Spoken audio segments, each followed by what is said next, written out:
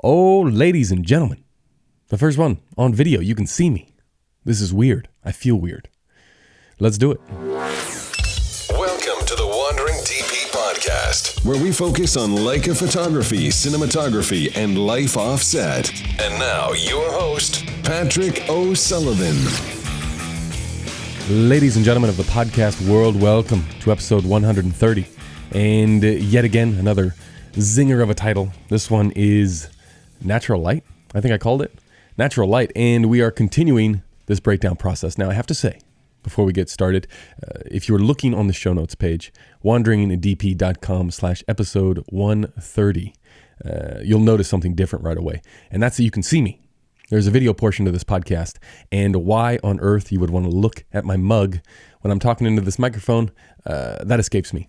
But enough people have asked for it that I figured for some strange reason, people are consuming their media on YouTube. You want to sit and watch me flap my gums about the stuff that we're going to be talking about today? Here we go. I'm going to give it to you. So that is different about the podcast. There's a video component to the show. And this is the first one back from Los Angeles. Cine Gear has come and gone. The podcast did its entire move across the oceans to the distant lands of Hollywood. And we're back. And it was crazy. We recorded a shitload of podcasts. I think all up, it was about 38 hours of talking about cinematography with directors and cinematographers and all sorts of craziness. And it was a whole lot of fun. Everything worked out as planned.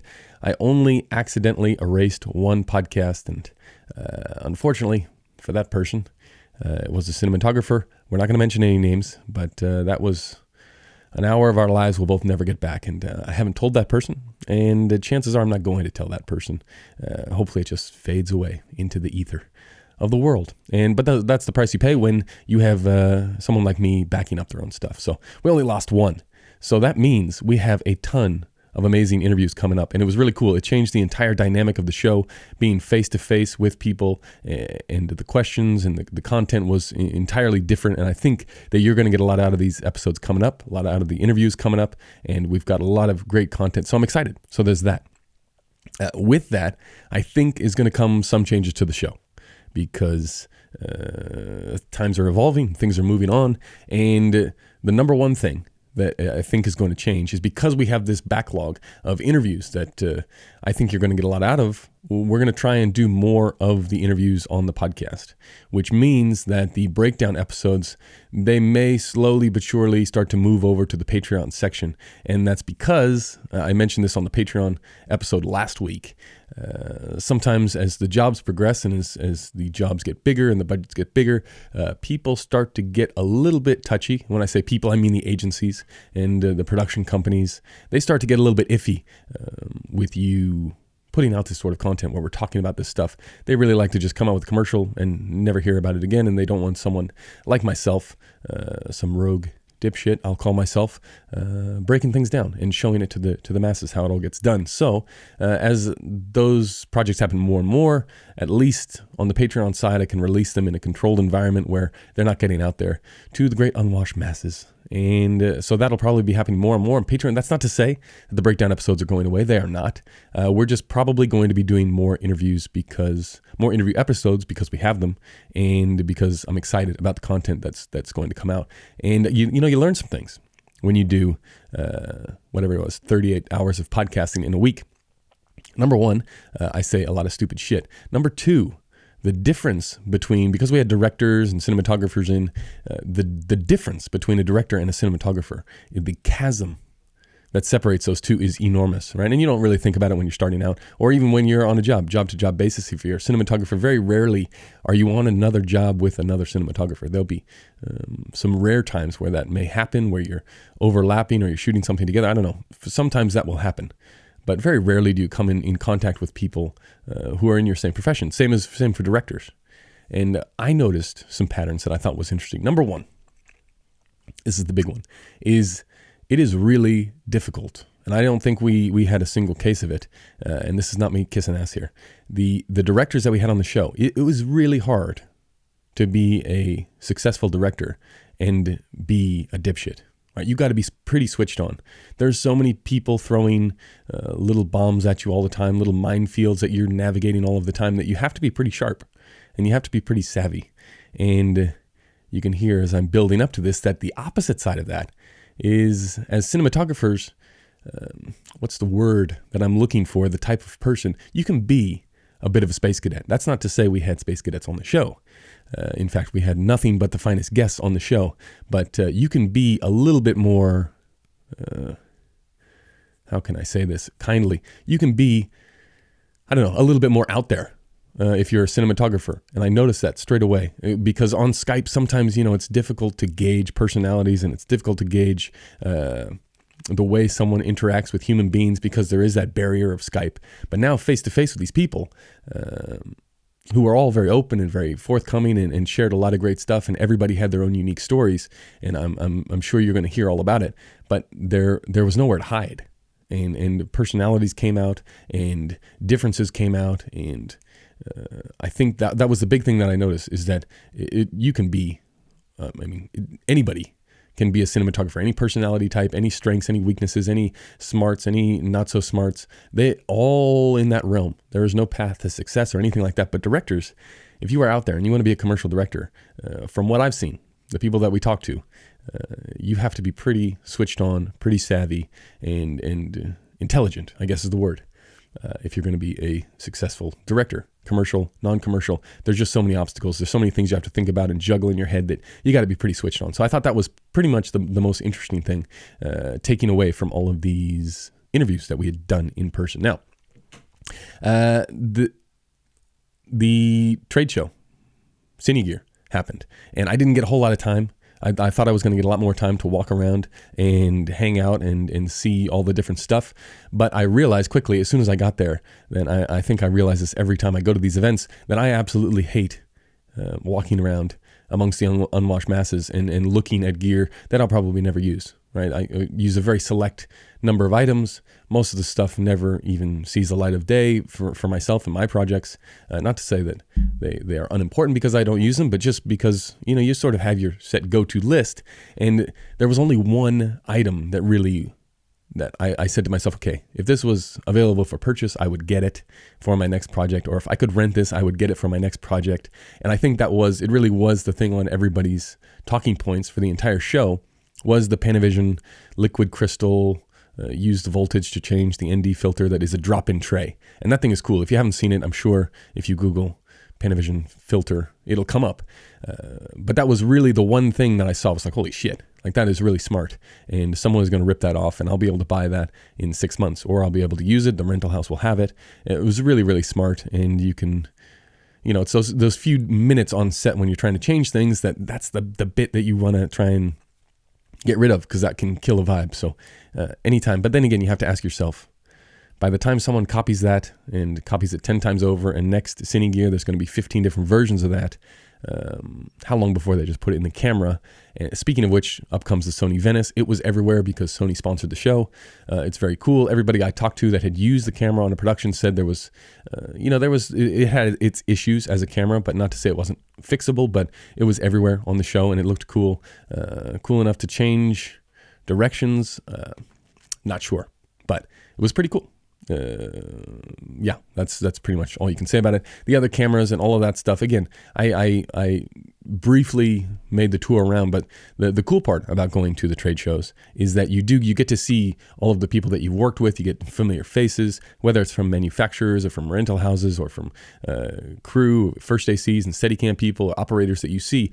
That is cool because you get a chance to chit chat, and it was a lot of fun this year to see everybody from the Patreon group come up and say hello, even people not from the Patreon group, just listeners of the podcast, to come up and say hello, because that makes it real.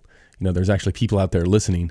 I start to get freaked out that people are able to come up and say hello, but then again, it's cool because everybody has their own story. They've all got their own ways of listening to the show. They all have got their own interpretations of which, not that I make jokes, but which things are funny or which things they catch on to. And I think it just made it a little bit more real. So thank you if you came up at Cine Gear and you said hello. If you listen to the show, thank you, because it's fun to do and it's fun to sit here in my closet, as you can see here now. Finally, you can see it on video. You can see I'm sitting here all by myself, talking to myself, and it makes it so much more real and tangible when you can get out there in the world and see exactly who's listening. So that was a lot of fun. So thanks to everybody that came out and said hello, and even to the meetup. We had a couple drinks one night at the local, and a lot of people came out and said hello, and we got to meet and greet and look at some different cameras and have a chit chat and hear all about the projects you guys are doing. So that was cool. Now, I mentioned earlier changes to the podcast in the sense that we're probably going to be doing more interviews, right? Because we've got those, and people are drawn to hearing other people's stories about not only how they came up, but the ways that they're working now. And we talked to a ton of different people. We talked to, I'm blanking on people, but basically everyone from doing huge television series of, shooting for 150 days versus people doing fashion films or fashion TVCs for a day, and the whole gamut from directors to cinematographers to people on big stuff to people who have been doing it for 50 years to people who have been doing it for 5 years. We talked to Denny Lenoir one day, ASC, and just the nicest guy ever. And just like he is in that documentary, that cinematography documentary online, which I have no idea what it is, but I'll put it in the show notes page. He's just that nice, and he's still that enthusiastic about cinematography. And he invited us to the ASC Clubhouse. We got to go and hang out and meet and greet with all the people, and that was fun. But yeah, I don't know why I even brought that up. I just thought in my head that was one of the memories that I had from the trip, and it was really good. Los Angeles is cool. The other change to the podcast is because it was really nice to interact with people and see them face to face and hear their problems or hear their questions in person. I thought, why not bring that to the podcast? So what we've done on the show notes page, wanderingdp.com/episode 130, now there's a little hotline, and that hotline you can call up. All you do is hit the button. You can record a 90-second message. You send it through to me, and I'm going to go through each week, and I'm going to pick questions or comments. It can be, I don't know. You can tell me I'm a bag of shit. You can tell me that you liked the last episode. You can tell me where you're listening from. You can tell me if you've got questions about certain projects or if you've got questions about the industry or the way it works or anything like that. You just get on the hotline, send them through, and then each week we're going to pick a few of those questions, and we're going to have them on the podcast. And hopefully, it makes it a little bit more real, a little bit more tangible, and gets the listeners involved, gets you involved. If you've got a question you want to hear yourself on the podcast, that's it. You hit the hotline, and away we go. So that is the major change besides the changing of the structure. So like I said, over on Patreon this week, we are finally back on the live stream. I know it's been a while. I know I said it last week, and we had to come up with a podcast, but now we are back on the live stream. So again, if you've got questions there, we're going to be asking to review projects. So if you've got some stuff that you've shot, and I know talking to a lot of people at CineGear, talking to a lot of people at the meetups, everybody's got projects that are coming through. You're starting to see results, and you can send those through, and we're going to look at those during the live stream over on Patreon. So I think that's it. Except we forgot our friends, ladies and gents. Oh, you know who it is, the Music Bed. Music Bed is making better music accessible to everyone, from your wedding films and small businesses to broadcast ads and feature films. With their highly curated roster of over 650 artists and composers, 650, they've developed They have helped soundtrack groundbreaking projects from Jaguar, Apple, Hulu, Nike, as well as HBO's The Leftovers, Amazon's Transparent, and Oscar-winning shorts. And now they are upping their game with a completely revamped platform with brand new features, workflows, and checkout process. You want to include or exclude stuff. You want beats per minute, song build. You want to search that way. You want to find the perfect song. Well, it's never been easier or faster, because now you have all those search features that you can immediately bump into and get exactly what you are looking for. I've used the website myself. I've used the filters to find exactly the song that I was looking for. I was able to do it, and I'm a dipshit, so if I can do it, chances are you can do it, and that's self-diagnosed. So you can learn more at musicbed.com/new, and you get 20% off your next on-site license with the coupon code WANDERING20. WANDERING20. Now, our good friends Keslo, not sponsoring the podcast. Ladies and gentlemen, a moment of silence for the Keslo sponsorship that just gone just like that. I'll tell you what, though, they're not sponsoring this podcast, but I did get a chance when I was in Los Angeles to go to their facility. Holy shit. If I was a first AC, I would be living at that facility. It's like the Apple Store of rental companies. You know, when I imagine rental houses, I imagine some dingy, shitty little warehouse with one guy who's, half asleep, and you got to go in there, you source your own gear. It's all in old shitty boxes, and you got to bring it out, and you find their little prep area, and there's like cigarette smoke that's just lining the top of the building. It smells a little bit, just a hint of ass in the corners, and you can't quite put your finger on it, but it's there, and you open up the cases, and it's all scratched, and the gear's all shitty. Keslow, fucking hell. This place they got iPads at every checkout station. First of all, there's about 20 different prep areas. There's just fucking prep areas everywhere, and everyone is showered. That's number one. That's a good thing. All the people that work there look clean. They're nice. They're smiling. They're happy. There's fucking windows. It's not some dingy cellar. And at every single prep bay, they got this little iPad. You can be ordering up lattes. You want a little cappuccino when you're doing your lens test? When you're putting on the anamorphics, you want a Americano? Just fucking hit the iPad. It was pretty cool. And they've got tons and tons of shit. I met their research and development team, where they're just coming up, cooking up mad scientists like shit all day long. And I know, again, they're not sponsoring the podcast this time, but it is really cool. And I suggest you go check it out just for your own sanity, so that you know when you go back to your shitty little rental place, you can be disappointed.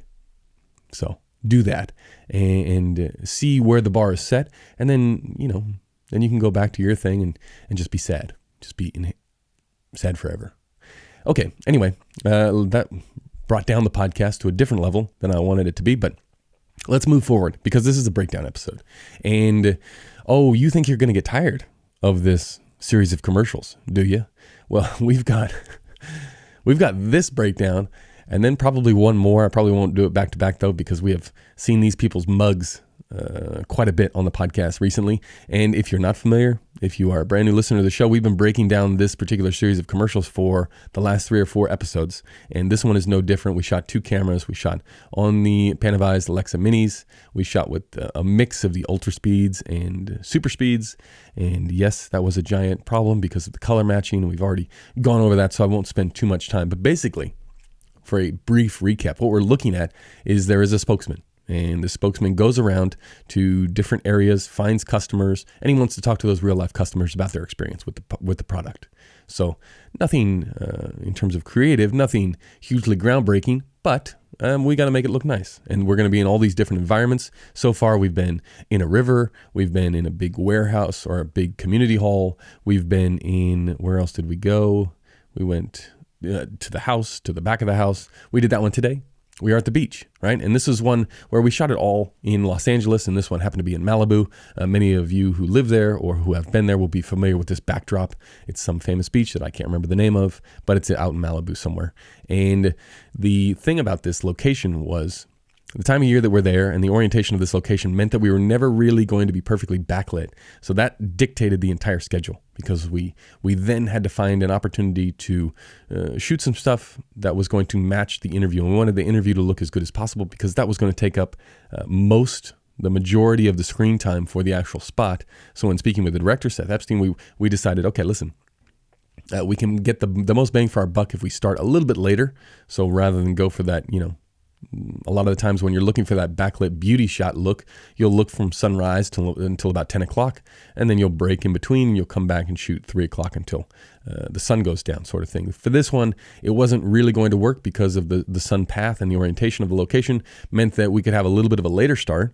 The sun could come up behind these hills. If you're looking at the show notes page, this very first shot of the woman exiting the water, we needed the sun to clear that big rock, and then we would have something backlit that we could maintain and match for the rest of the day, because that's really it. We're shooting all day. We're shooting over the course of whatever it is, 9 hours, and we need to make it look consistent, like it's all happening within a very brief window, and that is always the challenge here. So we're going to get into exactly how we did that, but we're on the beach. We are shooting a little bit later than normal, and we are trying to orient the action so that we are at least getting some shape, right? Because it's an ad for a product that isn't, we're not trying to go super dark or super moody. We're at the beach. It's sun. It should look like beach and sun. So we didn't want to go crazy, but we wanted to give it some shape anyway. So we're going to talk about how we do all that stuff. But the idea here is we didn't have any electrics. We had no gaffer, we had no truck, we had nothing on this day. So it was all going to be done with grip stuff. It was all going to be done with modifiers. We had some big instruments out, and if you would look, but if you were to twirl the camera around 180 degrees from wherever these are pointing, you will see a shitload of people on this beach. And it is trying to navigate in those amongst all the people and still be able to be flexible and to be able to find shots on the day. And I think we did a pretty good job of keeping on schedule and getting the stuff that we needed, and also trying to make it look as good as possible. So again, we're shooting 2 cameras here all the time. So a lot of the times we'll be flipping back between the A and the B camera. We're going to look at 9 shots in total, and some of them are overlap from the same time period or the same shots from A and B camera, and some of them are just singles. So let's get into it. Okay, first we're going to start off with our lady. She's going to be exiting the water. She's out there surfing. She's having a gay old time, and she comes out of the water. Number one thing to remember is that we don't have a splash bag. And when you don't have a splash bag, you make sure that that camera is a rental. Okay? You don't want to be going underwater with your own camera. No, we did. I think we did make an attempt to bag the camera, but bagging the camera with plastic and actually going out into the water, you might as well not even bag the thing. It's for like a minimal splash things that will get there. Luckily, Panavision, if you're listening, it was a rental and nothing happened to it. But if it had dropped in the water, you blame that on the first AC. Okay. So we're looking at this lady. She's getting out of the water. Remember that we've got no lights or anything there. We've got ample grip crew, so we can do some things, and we can do it fairly quickly. But really, we're just going to be looking at what's there. And with the volume of shots that we've got to get, we're going to be trying to move as quick as we can. So I would imagine this first one, this wide version, is where we would have started. And this is the exact same time. Minutes separate them from shot number 2, shot 1 and 2. And the way that we've done it here, if you remember from the last few episodes, is the A camera is really always shooting the boards, and the B camera was always on a slightly longer lens, just hunting for some textures or something a little bit closer in, something that we could just cut to for a few frames, because these are 30-second ads. A lot of the boards are going to make it through. You probably lose some shots from the boards, and you're just looking for those 12 frame, 18 frame grabs from the B camera to sort of hunt around. So here we're looking at this wide. The very first thing you'll notice is the position of the sun. The sun is not in the frame. It's just outside of the frame. It's backlit, so you get that nice shape, that nice shadow on the hillside on camera left. We're down in the water as low as you can possibly get without being inside of the waves. And I think about 2 seconds after, maybe even less, about a second after this frame grab, a big wave came and got water all over the camera. Luckily, it didn't break. And so you get that nice shadow on the background. You get the blue saturated skies. Excuse me. And it's nice. The composition I like, because you have that water filling up so much of the foreground. So you're on a longer lens. You're trying to rake along the water to create those reflections and just create that depth, because it's that depth that will make things look nice. And also, again, the shape from the sun. Now, we had not mirror boards, but those shiny boards that are broken up, the little silvery things that the grips had down on the beach, because there was a real big break between the parking lot and the beach. So carrying stuff all the way down the beach was a gigantic pain in the ass. So we didn't take too much stuff, and we didn't want to take, a 12 by 12 down there. So it was just a 4 by 4 shiny board, and that is shining from camera left. It's shining almost in line with this woman, almost in line with our talent here, rather than coming from where the camera is and pushing light back into her. It's wheeled around camera left and is almost parallel with her. So it's just shining a little bit of fronty light, and it's not doing much really. In fact, I think when the key grip put it up and was sort of A and B'ing it, we probably wasted away more than we wanted to keep. But that's just to take those contrast levels and try and bring them a little bit closer together.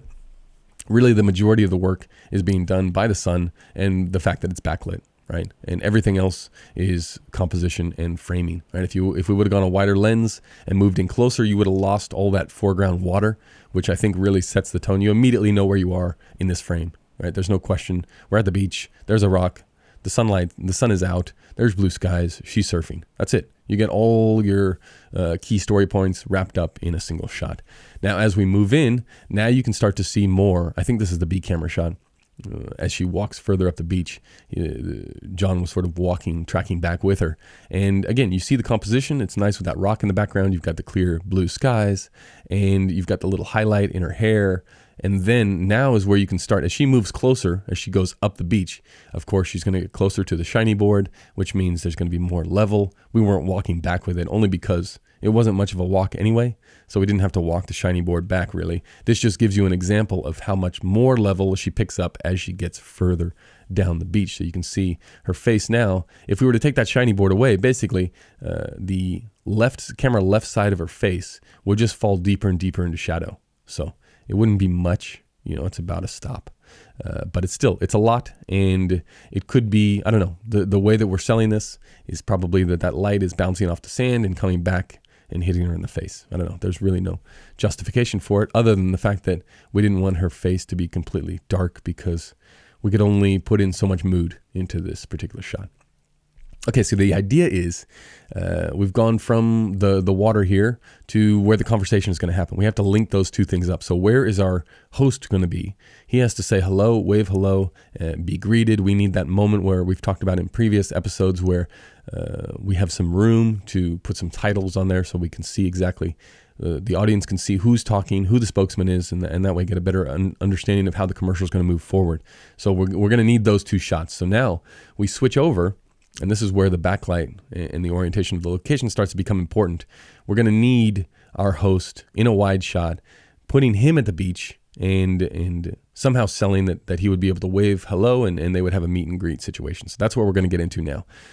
So in this wide shot, you can see, again, we're using that hill in the background and the darkness that the backlight of the sun creates to add some depth to the shot. If we had waited until later in the afternoon, this hill in shot number 3 would be completely lit up, and it would be bright and it would be distracting. And then the skin tones of our host, of our talent, that would sort of meld in and it would start to look very, very flat and shitty. And that's what we were trying to avoid with the timing. So here you can see we've got the darkness of the hill, and in front of the darkness of the hill is our little man. And I don't know why I call him little. He just looks little in the shot. He's actually normal size in real life. So he's sitting there and he's going to wave hello. He sees the woman on the beach. They're going to come up and have this meet and greet. But in this shot, we needed to see the car because the car plays an important part later in the commercial. We needed to see the tip of the car. We're in this parking lot. He says hello. This is done, an hour and a half later as we're getting towards 11 o'clock now. The sun, you can still see, has got a little bit of an angle to it. If you look at the shadow on the ground, you can see the angle of the sun. Again, it's probably just out of frame right on the right-hand side, probably just out up in the corner.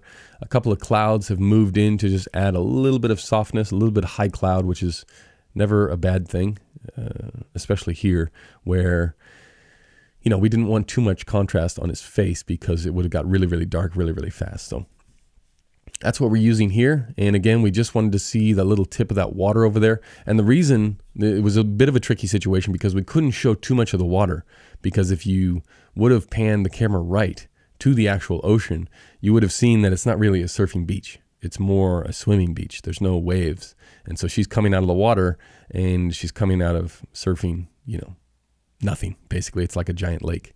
So that was the hard part here, was finding a location where we could see some of the water, where we could be shooting into backlight, have the car element there, but not actually see that there was no waves, or else that would give away the entire commercial. So we've got that shot, and there was not a whole lot of lighting here. There was probably, my guess is that there is a 12 by 12 ultra bounce, just camera right, and probably pushed down towards the water. So pushing it, again, sort of the same angle as before with the woman walking up the beach.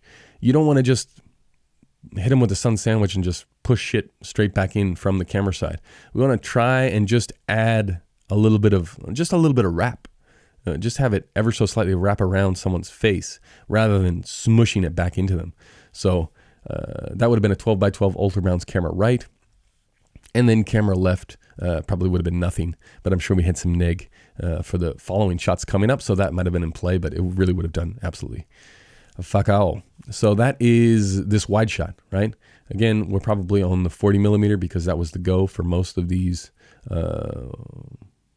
wide shots. not going on a super wide lens in close, but just moving, taking a few steps back and setting the mood. And we had done that on all the days. So just to keep things consistent, this is what we continue to do. Now, we get into the close-up. As we get into the close-up, this is that shot where we're going to have the title card up. We're going to have the introduction of who this person is and what they're going to be doing. And this sets the tone for the rest of the commercial and the conversation. So to get that up, we had to sort of play with the composition of where this person was going to be because we had to leave room for that stuff. And as we know from previous podcasts, you start with that wide shot, you can't really affect too much, especially in a bright, sunny environment like this.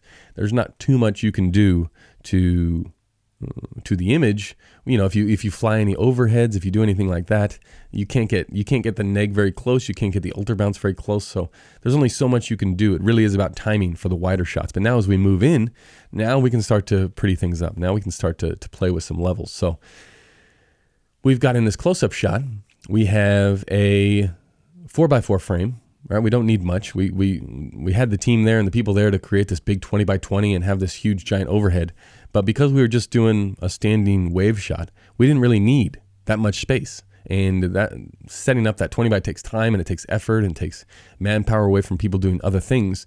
So for this, we just threw up a 4x4 frame. And this is probably, I think it was a 4x4 frame of highlight, something half soft frost, something very, not very dense, that you still get the shadows, you still get the darkness that comes from the shadows, but it just softens up the sun just a little bit, not noticeable enough to where you're like, wait a second, is this guy under shade?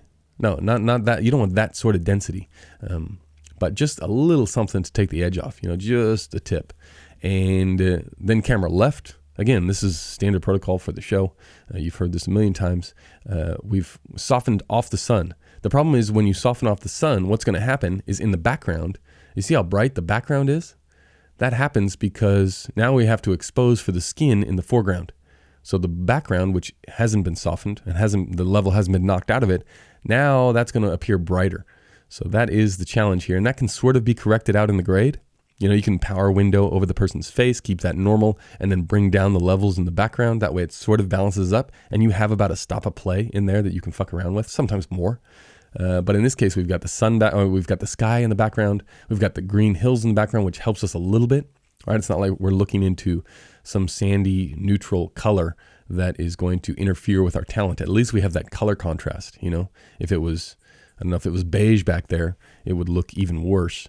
And this is where you can also see the power of the super speeds, the ultra speeds, whatever this is. I imagine this is my shot, so it would have been a 40 millimeter, would have been wide open at 1.3 or 1.4, whatever it is. And you can see just how much that background just falls off. It's just blobbiness. The only reason that you even recognize that it's a hill is because you've seen it before in previous shots. So there we've softened off the sun, again with that little 4x4 frame.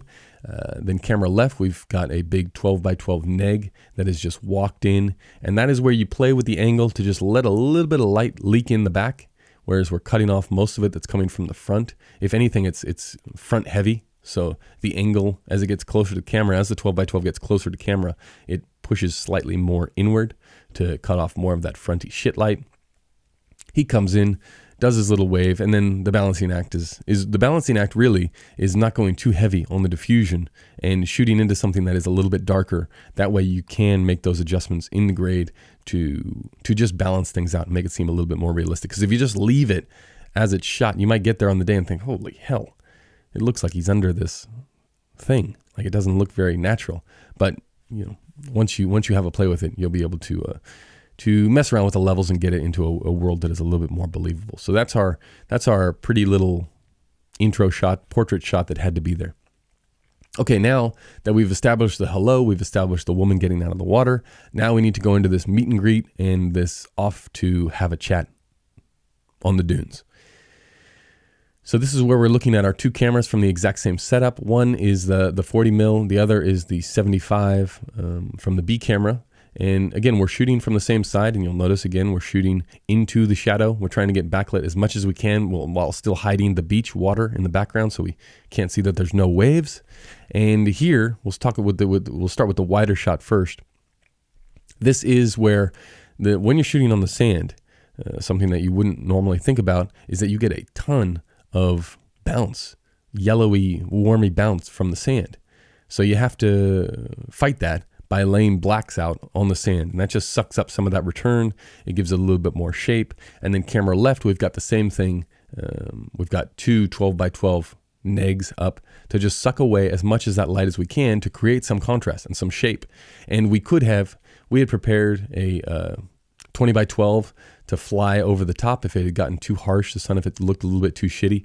But with the orientation and the time that it was going to take to set up, it didn't look that bad just to have the sun just pinging au naturel, as they say. It was pretty balanced, given that we were shooting into that darker background still. This is probably approaching noon to 1 o'clock now. And we were still able, just with that cliff being angled that way, we still got a little bit of darkness in the background. So we kept that. And so this is just sun and 12 by 12 floppies and blacks on the ground. Really, the blacks on the ground is really the thing that gave it the most difference from just shooting as it was. Shooting as it was just so flat because there was light bouncing up everywhere. And it's sort of that unflattering upward chin bounce, almost to the point where you could get two shadows from it, where you could get the sun shadow and then you could get some weird reflective chin shadow. And we're not looking at the world's youngest people, so to give them a little bit more shape and to be a little bit easier on them, again, we're just trying to take away as much light as we can. And that's one of those things where it's really, really quick to A and B. If you just think about the idea, oh, shit, there's light coming from everywhere. Why don't we lay, a 20 by 12 on the ground of black and see what it does? It takes 2 seconds. You lay the thing out there, and if you go, geez, it looks like shit, then you just pull the thing up. It takes 2 seconds. So that was really the key here. Besides the angle and the orientation and shooting into that shadow, really it was the 12 by 12s, camera left, and we could walk them in pretty close. I mean, you can see if we go to the next shot, the B camera shot on the longer lens, you can see that we've walked them in pretty close. There's not a whole lot of return light coming back. And that does add to the contrast. It adds to the depth and makes it feel just a little bit richer. The image just a little bit more density. And that is exactly what we were going for. And you can see, even on him, camera left, you can see as he's smiling, there's not a whole lot of return coming from below, which is what we were fighting. So again, not super complicated, not very difficult to do. And it gets the job done. It eliminates, we're just trying to improve however we can on what we've been sort of cornered into. Because at this point,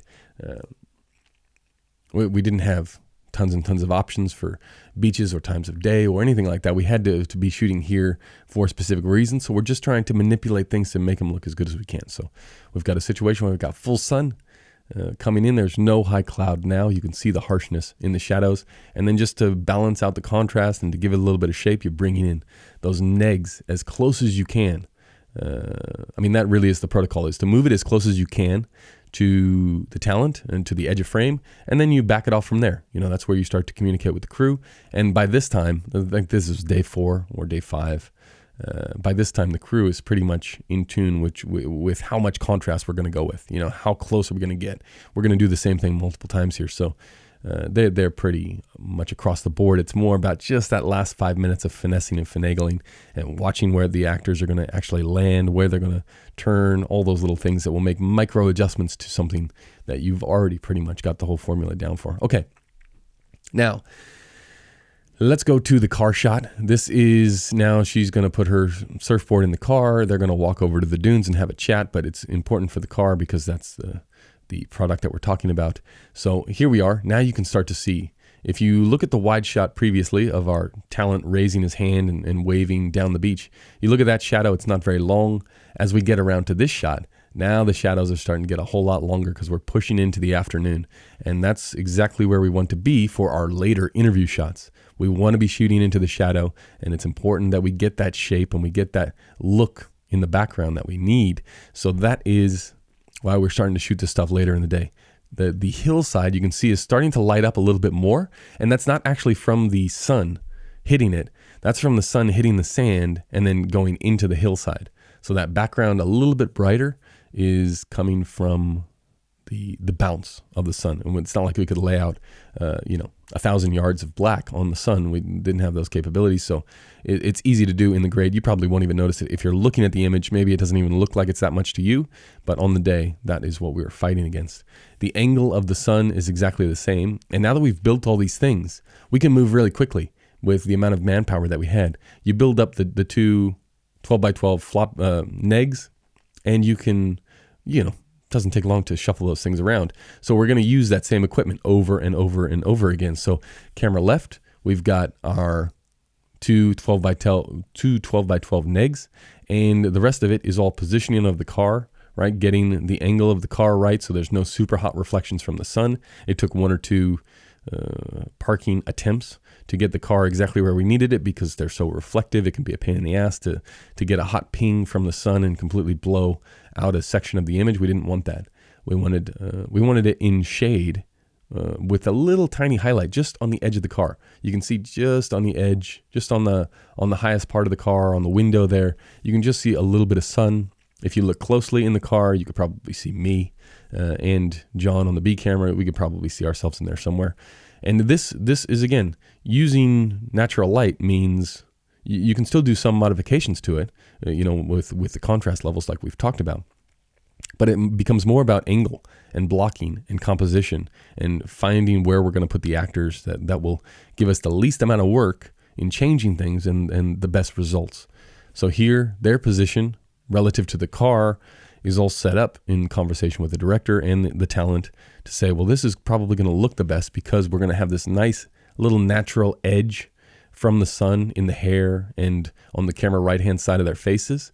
And then we can use the neg to suck back all up the shitty light, and that'll just create some shape. And if we position them and the car near the cliff, then rather than have them up against, if that cliff wasn't there, if we pulled the car another, 5 yards forward, and we move them 5 yards forward, we'd be looking just into the blue sky, which would be bad for two reasons. It'd be bad because we'd see the blue sky and them, and there wouldn't be much depth to it, but also because we'd see the ocean, and we talked about the waves. We can't be seeing that. So this was really, you make some decisions, and then some decisions just get made on their own. Like I say, you can't see the water. Well, okay, that eliminates ever wanting to look that way. So that's why it couldn't be truly backlit. It had to be sort of side lit, which this is. So that's why those decisions get made. We get to the car, they're looking pretty good. You get those nice long shadows, which again breaks up a rather dull frame, but something that had to be in there. Okay, let's get into the interview bit. You'll remember from the previous episodes, we had certain rules for these interviews where we wanted the talent to always be clean, and we wanted the host or the spokesperson to be a little bit dirty, to feel like they were included in the person's story and keeping it all together. So we had those rules, which we've talked about previously. And this was the first one where we knew that maybe we were going to use some light modification. Maybe we're going to use some textiles to soften things up, but probably we were not, because we wanted to embrace the harshness early on in the morning. Whatever we decided then, we were going to carry that through to the end. So this is just sunlight and neg fill on both of these shots. But again, what's important is where we're placing the talent, how we're actually shooting them, what is involved in the frame to get these final looks. We could have easily positioned, we had the freedom to position them wherever we wanted on this beach. We could have positioned them in any angle, but to get the most out of the sun and to get the most shape, again, rule number one, it's not a rule, I guess, it's just something to do, really, is we want to be shooting into the shadow. So we know we're going to be on that side of the line, which means the only sun source, because we've got no gaffer, no lights there, the only light source is going to be the sun. So we're going to use that. We're going to set all of our levels to whatever the sun is giving us. We're not going to modify the light at all because we embraced the harshness earlier. Had we gone half soft frost the entire day, well, then we would have gone half soft frost here. We would have used that diffusion levels and kept everything consistent. But just for ease and for speed's sake and for some of the shot sizes that we decided on, we went against that and we just used the natural sun. So as the sun dips lower and lower in the afternoon sky, now we're going to use that because it's less toppy, right? We wanted to shoot the other stuff while it was more toppy. And now as it gets a little bit lower, that's when we're going to come in with these interviews. And you can see the high cloud is in the background in both of these shots. It's just a very fine cloud. And that did a little bit, but not a lot. You can tell from the shadows they're still quite harsh. But we're going to embrace that harshness. And in fact, we're going to try and make it more harsh by bringing in neg fill. And it doesn't really change. I should explain that. It's not harshness. When I talk about that, I'm not talking about the difference in contrast. I'm talking about the shadow quality. It's a very hard shadow quality here. So the neg fill won't make it any harder or softer. It's not like diffusion, but it will exacerbate the difference. I think that's the big word.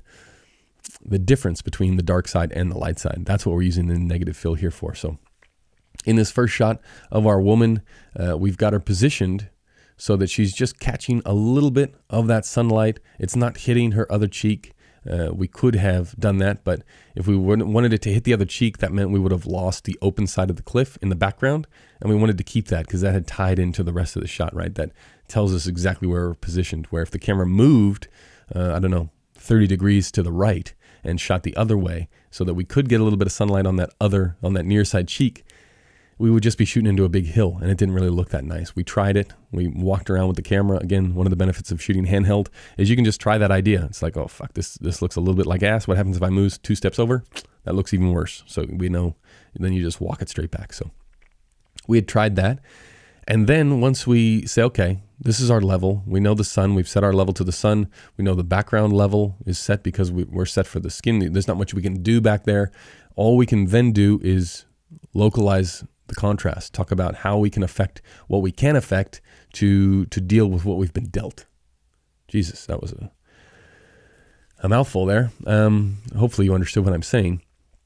But really, it's just, again, using that same neg stuff that we had before, using the composition, using the blocking to get the best that we can get. So we walk in that neg. The neg is just touching the tip of the frame left, and it is sucking up all of the shitty light. Again, we've got blacks on the ground so that we're taking away all that bounce light. Even still, with all the blacks on there, you can still see a little bit is getting underneath her chin from that bounce from probably the sand camera right.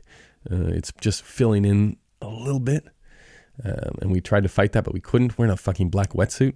We got a Caucasian woman in a black wetsuit at the beach, which is, interesting. So we got that. And then, using the sun, using the neg, this is where we end up. And it's looking pretty good. And then you've got the little hill in the background, in the midground, I should say.